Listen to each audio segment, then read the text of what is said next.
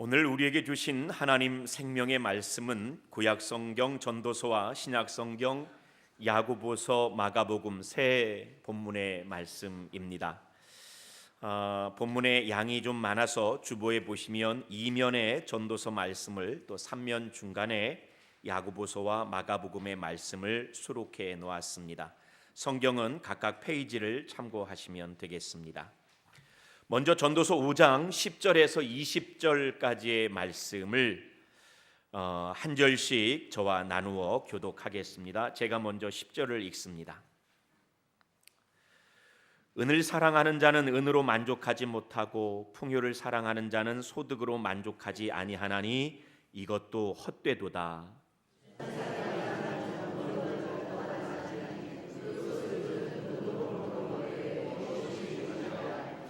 노동자는 먹는 것이 많든지 적든지 잠을 달게 자거니와 부자는 그 부요함 때문에 자지 못하느니라.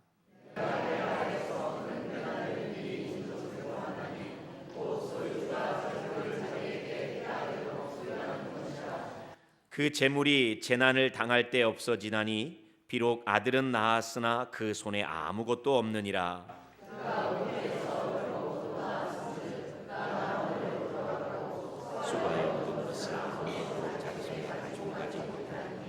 이것도 큰 불행이라 어떻게 왔든지 그대로 가리니 바람을 잡는 수고가 그에게 무엇이 유익하랴.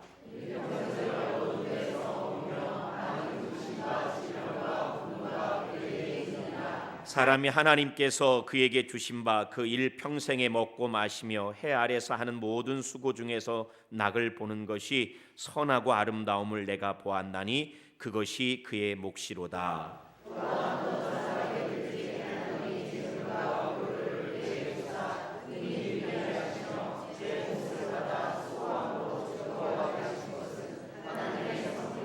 함께 읽습니다. 그는 자기의 생명의 날을 깊이 생각하지 아니하리니 이는 하나님이 그의 마음에 기뻐하는 것으로 응답하심이니라.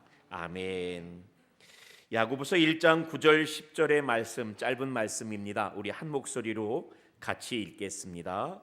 시작.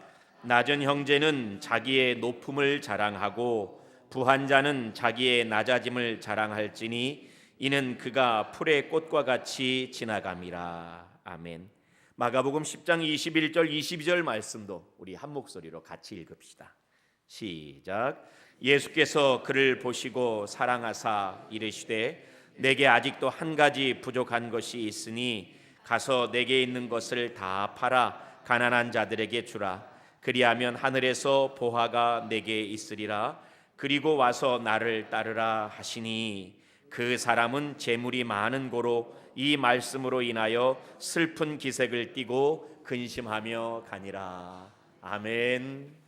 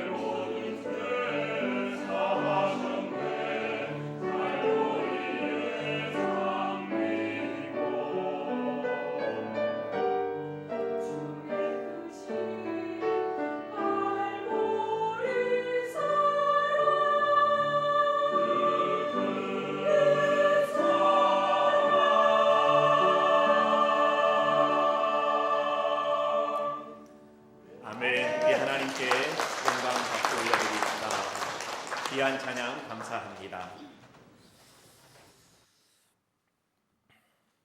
사순절 둘째 주일, 저는 사순절에 꼭 생각해 보아야 할 한 가지, 돈이라는 제목으로 말씀을 전하려고 합니다. 사순절 거룩하고 경건한 절기인데 사순절에 꼭 생각해 보아야 할 한 가지가 돈이라고? 목사님 돈 거 아니야? 이런 생각하실 수도 있을지 모르겠습니다. 그렇지 않습니다. 사실 제가 오늘 이렇게 말씀 전하고 있는데 그 공교회에서는 성도들에게 오늘은 이런 성경을 읽으십시오 하고 매일마다 구약의 한 말씀, 또 복음서의 한 말씀, 서신서의 한 말씀, 지혜문서의 한 말씀을 이렇게 읽게 합니다. 그걸 보고 우리가 성서일과라고 그래요. 그래서 매일 그리스도인들은 오늘 우리가 이 말씀 이렇게 읽고 신앙생활 하는 겁니다.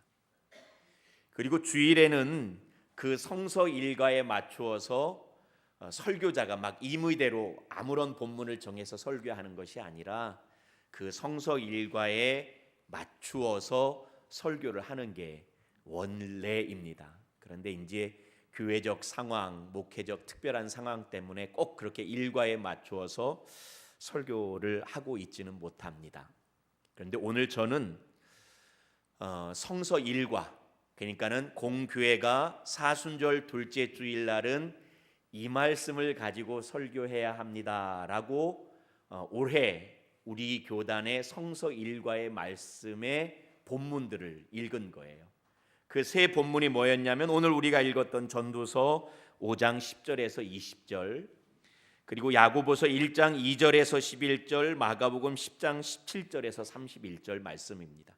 야고보서와 마가복음은 전체를 다 읽지 않고 핵심이 되는 구절, 두 구절씩만 우리가 함께 읽었습니다. 그런데 오늘 사순절 둘째 주일, 오늘 우리에게 주신 성서 일과의 본문 말씀들은 그 주제를 찾는 게 그렇게 어렵지 않습니다. 본문을 읽기만 해도 오늘 본문이 우리에게 주고자 하는 그 주제는 비교적 굉장히 선명합니다. 곧 읽으시면서 바로 알아채리셨겠지만 그리스도인이 너무나 물질의 풍요만을 추구하는 것, 몇 해 전까지만 하더라도 우리 입에 선전 카피 가운데 제일 많이 했던 이야기가 부자 되세요, 부자 되세요 이야기 많이 했잖아요. 그렇게 부자가 되기를 바라는 것을 경계하고 경고하는 본문의 말씀이 사순절 둘째 주간에 꼭 성도들과 함께 나누라고 제공해 준 말씀입니다.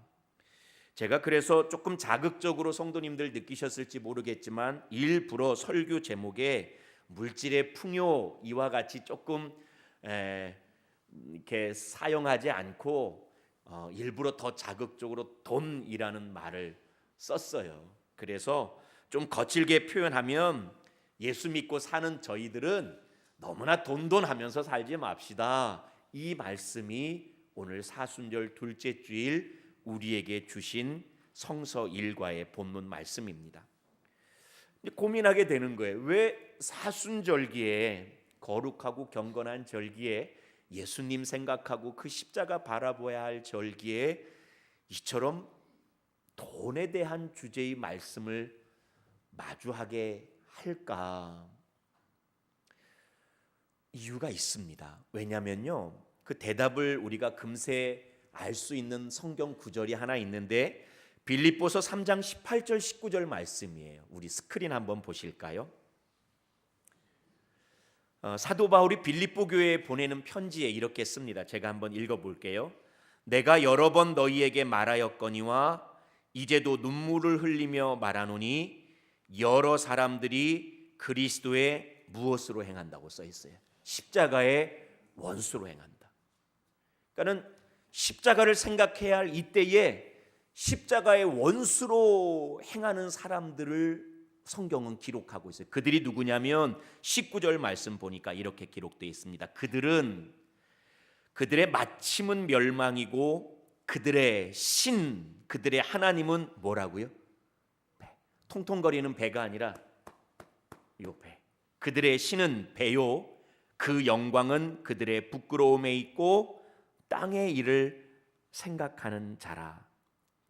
그러니까 이 말씀이 의미하는 게 뭐냐면 빌립보 성도 여러분들, 십자가의 원수로 살아가는 사람들이 있습니다. 근데 그 십자가의 원수로 살아가는 사람들은 어떤 사람들이냐면 자신의 배부르기를 원하면서 그 배를 신으로 삼아 땅의 일만을 생각하며 살아가는 사람들, 그 사람들이 십자가의 원수입니다. 그러니 이 말씀을 생각해 보면 사순절은 십자가를 바라보고 예수님을 생각해야 하는 절기인데, 빌립보 말씀에 의하면 그 십자가의 대극 가장 반대편에 십자가의 원수들이 있는데, 그들은 예수님을 생각하는 것이 아니라 땅의 일만을 생각하고 하나님을 내 아버지로 고백하는 신이 아니라 내 배를 신으로 여기는 물질의 풍요만을 쫓아 살아가는 사람들이 곧 십자가의 원수라고 말하는 거예요. 그러니 사순절 둘째 주간에 십자가를 바라봐야 하는 이 절기에 십자가의 반대편이 어떠한가를 생각하게 하기 위하여 공교회에서는 이처럼 사순절 둘째 주일에 돈의 문제, 물질의 문제에 대해서 말씀을 통해서 가르치고 있는 겁니다. 그런데 사랑하는 성도 여러분, 여기 있는 저와 여러분 모두 다 마찬가지겠지만 아시다시피 아무리 신앙심이 특심하다 할지라도, 신앙의 열정이 뜨겁다 할지라도 재물의 미혹을 쉽게 넘어설지는 못합니다. 우리 오늘 마지막으로 읽었던 마가복음 10장에 등장하는 그 한 사람의 이야기가 이를 대변하지 않을까요? 마가복음 10장 말씀, 우리에게 흔히 부자 청년이라고 알려진 말씀입니다. 그 청년이란 말은 마가복음에는 없는데, 이와 같은 경우에 한 사람이 예수님께 찾아와요. 선생님, 어떻게 하면 제가 영생을 얻을 수 있을까요? 예수님, 율법에 뭐라고 기록되어 있느냐 하면서 십계명의 말씀을 기억나게 합니다. 그러자 그 사람은 또 이렇게 대답합니다. 내가 어렸을 때부터 그 모든 계명을 다 지켰습니다. 얼마나 대단한 사람이에요. 영적인 것에 대한 지대한 관심이 있었고, 단순히 그저 신앙적인 호기심, 영적인 호기심뿐만이 아니라 그 자신의 신앙의 갈망을 삶으로 증거하듯이 하나님의 말씀을 하나 어기지 않고 신앙적으로 치열하게 열심히 살아온 사람입니다. 대단한 사람입니다. 그것이 결코 위선되지 않았던 것이 오늘 우리가 읽었던 21절 가장 앞부분에 보면 이렇게 기록되어 있어요. 예수께서 그를 보시고 사랑하사. 그러니까 예수님이 그 모습을 보고 그 사람을 사랑하게 된 거예요. 영적인 것에 대해서 관심이 있고, 그것이 가증되지 아니한 것이 그의 삶이 하나님 말씀 붙들고 살아온 삶이라서, 그래서 예수님 그를 너무나 사랑하고, 이 친구, 너무나 사랑스러운 이 친구 나의 제자가 되면 얼마나 좋을까 하고 이 친구를 제자로 부릅니다.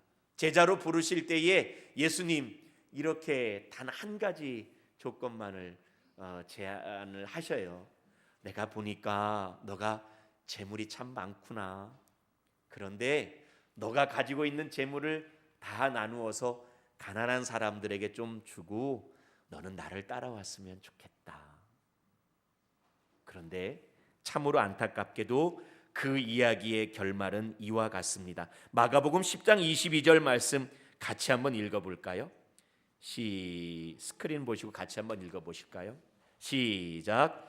그 사람은 재물이 많은 고로 이 말씀으로 인하여 슬픈 기색을 띠고 근심하며 가니라. 아멘. 결국 그 사람은 영적인 것에 대해서 지대한 관심을 갖고 삶으로 말씀을 지키며 살아온 그 사람은 다만 마지막 한 가지 관문, 재물에 대한 문제 때문에 재물이 많아서 근심하며 슬퍼하며 예수님을 떠나가게 됩니다.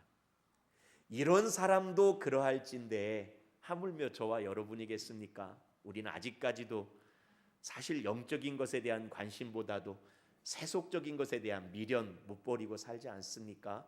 때로는 탐심에 의해서 하나님 말씀이 무엇인 것을 분명히 알고 있음에도 불구하고 말씀 곧잘 어기며 살아가고 있지 않습니까?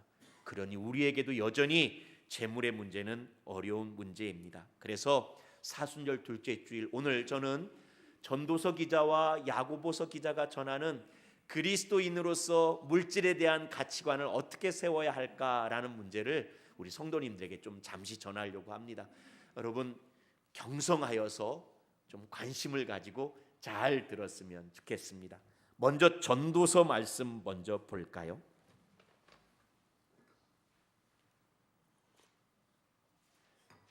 전도서 기자가 이제 돈에 대한 이야기를 처음 하는 것이 5장 10절이에요. 근데 5장 10절부터 우리 성도님들 잘 아시죠? 전도서 하면 전도서 기자의 트레이드 마크가 되는 것 같은 그의 전용 어구가 있죠. 뭐하고 뭐하다? 잘 아시네요. 헛되며 헛되다. 헛되고 헛되다. 가인에게 죽임당한 동생 이름이 뭐죠? 아벨이죠. 아벨 너무 허무하게 죽잖아요. 그래서 아벨이란 뜻, 그 이름 뜻이 허무하다는 뜻이에요. 그런데 헛되다는 말이 히브리어로 아벨입니다.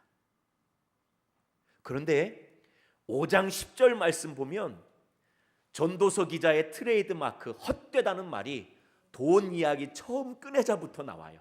5장 10절 말씀 같이 한번 읽어볼까요? 시작.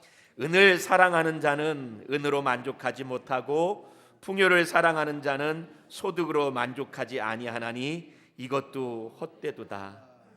아무리 사랑해도 만족할 수가 없으니 돈 사랑하는 것, 풍요를 사랑하는 것, 이것도 하벨, 헛되다 하고 전도서 기자는 말합니다.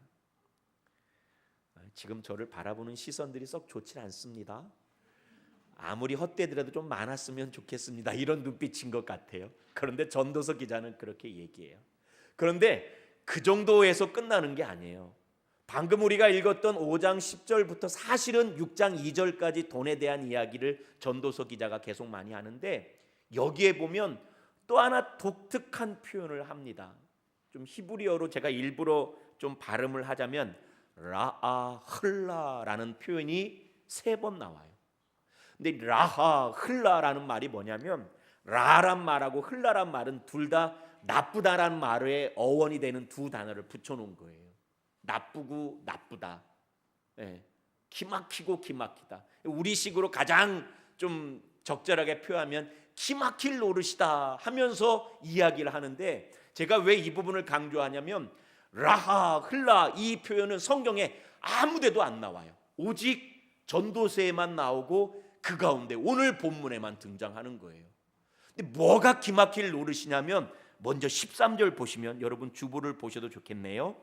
내가 해 아래에서 큰 패단되는 일, 여기 패단이란 말이 라하 흘랍니다. 내가 해 아래에서 정말 기막힌 거 하나를 봤는데 그건 뭐냐면 15절 계속 13절 계속 보면 이렇게 기록되어 있죠. 곧 소유주가 재물을 자기에게 해가 되도록 소유하는 것이라. 그러니까 갖고 싶어 하는데 만족이 없이 더 갖고 더 갖고 더 갖고 더 갖고 가진 거 더 지키고 더 지키고 더 지키고 이렇게 살아가는 것이 참 기막힐 노릇이다라는 얘기를 첫 번째 합니다. 두 번째는 어떤 얘기냐면 16절 말씀 한번 보실래요? 이것도 큰 불행이라. 여기 큰 불행이 또 라하 흘랍니다.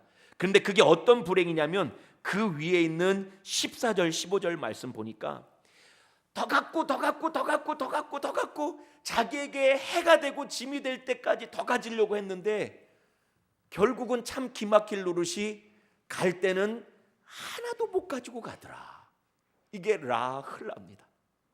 그 다음에 세 번째 라흘라가 오늘 20절까지 읽었는데 6장 1절에 보면 이것도 큰 불행이라라는 말이 나오는데 그것은 어떤 얘기냐면 더 갖고 했는데 결국 가지고 갈 때는 아무것도 못 가져가고, 세 번째 기막힐 노릇은 뭐냐면 아무것도 못 가져갔는데 내가 모아놓은 것을 다른 사람이 쓰고 있더라라는 얘기입니다. 그게 전도서 기자가 얘기하는 돈에 관련된 세 가지 기막힐 노릇이에요. 자기가 행복할 때까지만 가지면 좋은데 자기에게 해가 될 때까지 가지려는 것이 기막힐 노릇 첫 번째. 두 번째, 해가 되도록 가져봤으나 갈 때는 아무것도 못 가져간다는 것이 두 번째 기막힐 노릇. 세 번째 진짜 기막힐 노릇은 내가 못 가지고 온 것 결국 남만 좋게 하더라라는 게 세 가지 기막힐 노릇이에요. 그래서 전도서 기자가 얘기하는 건 그거예요.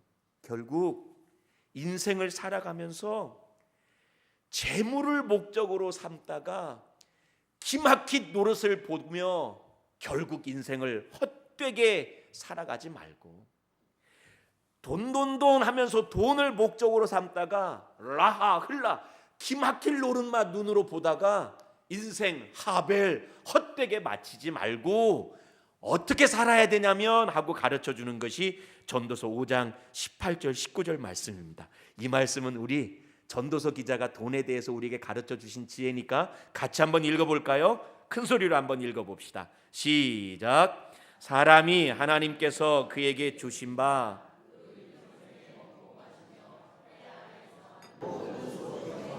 낙을 보는 것이 아름다움을 내가 보았나니 그것이 그의 몫이로다. 또한 어떤 사람에게든지 하나님이 재물과 부요를 그에게 주사 능히 누리게 하시며 제 몫을 받아 수고함으로 즐거워하게 하신 것은 하나님의 선물이라. 아멘. 우리가 그냥 막 읽었지만 정리하면 이와 같아요. 한번 저를 보시겠어요? 재물에 대한 전도서 기자의 가르침입니다. 우리가 가진 재물은요, 하나님 주신 선물입니다. 많이 가진 사람도 있고 적게 가진 사람도 있겠지만 그건 하나님이 정해주신 제 몫입니다.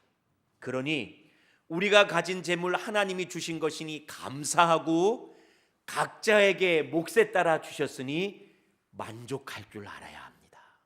이게 첫 번째고요. 두 번째, 우리가 재물 얻기 위하여 수고하며 일하는 것, 그거 정말 즐거운 일입니다. 일할 때 땀 흘리며 수고하는 것 고역으로 생각하지 마시고 즐겁게 일합시다. 세 번째, 일하면 하나님이 몫으로 주신 재물들을 얻게 될 터인데 그걸 가지고 먹고 마시며 누리며 살아가십시오. 그게 우리 인생에게 주신 하나님의 선물입니다 라고 가르치는 거예요. 근데 이건 참 지혜로운 말씀이에요. 왠 줄 아십니까? 여러분들에게 물어볼게요. 돈의 가치는 모을 때 있을까요? 쓸 때 있을까요? 돈의 가치는 모을 때 있을까요? 쓸 때 있을까요? 쓸 때 있어요. 그러니 우리는 잘 모으는 데 지혜를 모으는 것도 중요하지만 어떤 데 더 지혜를 구해야겠어요? 잘 쓰는데 우리가 지혜를 구해야 돼요. 그런데 우리 모두는 어떤 것에 막 지혜를 모으고 있어요. 어떻게 하면 더 모을 수 있을까는 참 지혜로워요. 그런데 쓰는 것에 대해서는 어떻게 쓸 줄 모르는 사람들이 참 많이 있어요. 전도서 기자가 말하는 거예요. 모으는 거 그래, 즐겁게 일하면서 모아라. 그것도 선물이다. 그러나 감사하고 자족해라. 하지만 더 중요한 거 있다. 모으는 것보다 쓰는 것이 지혜로우니 먹고 마시며 누리며 꼭 그렇게 살려나 하고 전도서 기자는 가르쳐 줍니다. 이 지혜를 야고보서 기자는 더 이제 심화시키고 확대시켜요. 우리 야고보서 기자가 주신 말씀 한번 이 말씀 읽어봅시다. 야고보서 1장 9절 10절 말씀이죠. 같이 한번 읽어보겠습니다. 시작. 낮은 형제는 자기의 높음을 자랑하고 부한 자는 자기의 낮아짐을 자랑할지니 이는 그가 풀의 꽃과 같이 지나감이라. 아멘. 여기 10절 끝에 보면은 풀의 꽃과 같이 지나감이라 써 있는 것 보니까 좀 종말론적인 모습인 것 같아요. 또 하나 관심 가질 것, 요즘 교회도 그렇지만 옛날 초대교회는요 굉장히 천차만별이어서 굉장한 부자도 있었고 너무나 가난한 사람도 있었어요. 그래서 교회 공동체 지도자들은 교회 공동체 안에 있는 가난한 사람과 부자 사람들의 문제를 해결하는 데 상당히 골똘히 지혜를 모읍니다. 야고보서 기자는 이렇게 얘기해요. 1장 9절부터 한번 보여줄까요? 방송실. 낮은 형제는 무엇을 자랑하라고 써 있어요? 자기 높음 자랑하라. 여기 낮은 형제는 아마 문맥상 보면 뒤에 부자라고 나오니까 가난한 사람이에요. 근데 가난한 사람한테 얘기하는 것이, 가난하다면, 혹시 예수 믿어도 내가 가난하게 산다면 가난하니까 비굴해지고 그렇게 살지 말고 낮은 사람은 어떻게 하라고요? 자기 높음을 자랑하라고요. 아니, 가난한데 무엇 자랑할 게 있다고 자기 높음을 자랑하라고 그러나. 그런데 이 말씀 근세 알 수 있는 구절이 하나 있답니다. 예수님께서 산에서 가르쳐 주신 설교 말씀에 이런 말씀이 나와요. 우리 누가복음 6장 20절 말씀, 누가복음 6장 20절 말씀 한번 눈으로 보실까요? 제가 읽습니다. 예수께서 눈을 들어 제자들을 보시고 이르시되 너희 어떤 사람은? 가난한 자는 복이 있나니 뭐가 니들 거라고요? 하나님 나라가 너희 것이요. 저는 누가복음 6장 20절 말씀 되게 좋아합니다. 왠 줄 아십니까? 목사는 좀 부자 되긴 힘들지 않겠습니까? 물론 아주 좀 부유하게 사시는 목사님들도 있는 것 같아요. 근데 그건 극히 소수예요. 우리 성도님들 충격받지 마십시오. 한국 기독교 장로의 산하 교회가 1600개입니다. 1600개 교회 가운데 52%, 750개 넘는 교회의 목사님들이 생활보호 대상자입니다. 저는 굉장히 부자 목사예요. 그런데 이제 어쨌건 목사로 살다 보면 별로 조금 넉넉지 못할 때가 있어요. 근데 그때 저는 이 말씀 생각나요. 가난한 자는 복이 있나니 뭐가 내 거라고요? 하나님 나라가 너희 것임이라. 저 힘들고 어려울 때 하나님 나라가 내 건데. 우리 성도님들 혹시 물질 때문에 힘들고 어려운 시절 만나잖아요. 비굴해지지 마세요. 가난한 자는 복이 있나니 뭐가 우리 거라고요? 하나님 나라 우리 겁니다. 그 다음에 이제 부한 사람에게 야고보 사도가 권면해요. 10절 말씀 이렇게 기록되어 있습니다. 부한 자는 자기의 무엇을 자랑하라고 써 있어요? 낮아짐. 그렇구나. 부유한 사람은 낮아짐을 자랑하라는 것 보니까 겸손하라는 말씀이구나. 이 정도서 이해하면 안 돼요. 왜냐면요, 일단 부유하면 사람이 자랑하고 싶은 마음이 생겨요. 예컨대 만약에 며느리가 해외여행 갔다가 오면서 어머님 해가지고 저기 면세점에서 좋은 시계 하나를 여기 딱 선물로 줬다고 생각해 보세요. 오늘 교회 오셔서 시계 굉장히 많이 볼걸요. 몇 시지 이럴 거예요. 많으면 자랑하고 싶어요. 목걸이 선물하면 왜 이렇게 목이 오늘 가려워? 자꾸 이럴걸요. 또 부유해지면 원래 그렇지 않은 사람이고 그랬는데도 자꾸만 좀 가난한 사람 비천하게 보려는 그런 생각들이 생길 거예요. 그래서 야고보가 부한 사람은 낮아짐을 자랑하십시오. 근데 그 낮아짐이라는 것이, 야고보가 말하는 낮아짐은 그저 마음만 겸손하라는 얘기가 아니에요. 야고보서는 잘 알다시피 실천을 강조한 서신서잖아요. 이렇게 말하고 있습니다. 야고보서 2장 15절 16절에 이렇게 기록하고 있네요. 만일 형제나 자매가 헐벗고 일용할 양식이 없는데 너희 중에 누구든지 그에게 이르되 평안히 가라, 덥게 하라, 배부르게 하라 하며 그 몸에 쓸 것을 주지 아니하면 무슨 유익이 있으리요?